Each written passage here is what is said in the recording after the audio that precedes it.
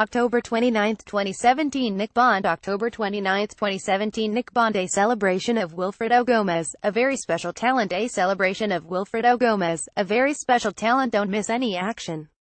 Sign up for the free BN newsletters here. Puerto Rico has produced many outstanding fighters, but arguably the best is Wilfredo Gomez, and that's ahead of Wilfred Benitez, Felix Trinidad and Miguel Cotto. Gomez held the WBC Super Bantamweight title from May 1977 to early 1983, making a record 17 defenses for the division. He didn't lose the title in the ring, but relinquished to move to featherweight, where he became WBC champ. And he would eventually hold the WBA belt title in a third weight class, super feather, when clearly past his best. If he didn't become a global superstar, it was probably because the 8 stone 10 pounds class was still only a year old when he first became world champion, and many took it lightly as an in-between weight. And when Wilfredo first stepped up to 9 stone, against Mexican Salvador Sanchez in 1981, he was dropped and stopped in 8 rounds. But at his best, he was a formidable fighter. His nickname of Bazooka suggests one-punch knockout power, but in fact Gomez overwhelmed opponents with blazing combinations of hurtful, accurate blows. In 1978 former Boxing News editor Graham Houston described Gomez as a boxer-puncher with the feline quality of a smaller Jose Naples. He's very dangerous because he always seems poised to strike. He's got the sloped shoulders of a puncher and his powers combined with a very high degree of accuracy. Gomez was a precocious talent. He competed in the 1972 Olympics as a 15-year-old flyweight and lost first time out. 2 years later, when still only 17, he struck bantam gold at the inaugural World Amateur Championships in Havana, destroying a Cuban in the final.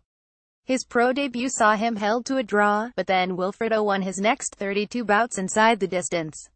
He so dominated the super bantams that he had to seek other challenges, most notably in October 1978 when he defended against WBC bantam king Carlos Zarate. It was a super fight. The Mexican had won all his 52 fights, 51 inside the limit, while Gomez had 21 wins all early to go with that initial draw. Yet Gomez made it one-sided, flooring a weakened Zarate 3 times and stopping him in 5 rounds.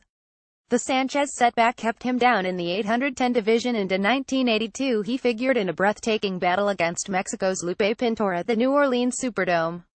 Both slammed away non-stop until Pintor, a former unbeaten WBC bantam champion, wilted to be rescued in round 14.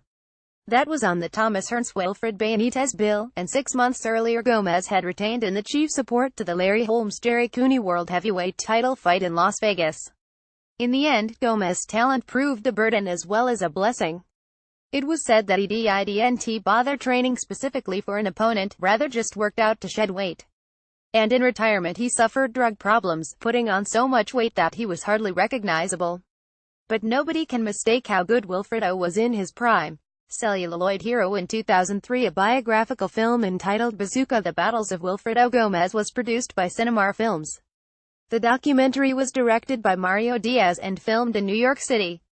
Fast Facts: born October 29, 1956, wins 44 knockouts, 42 losses, 3 draws, 1 best win Carlos Zarate, WRSF 5 worst loss Salvador Sanchez L.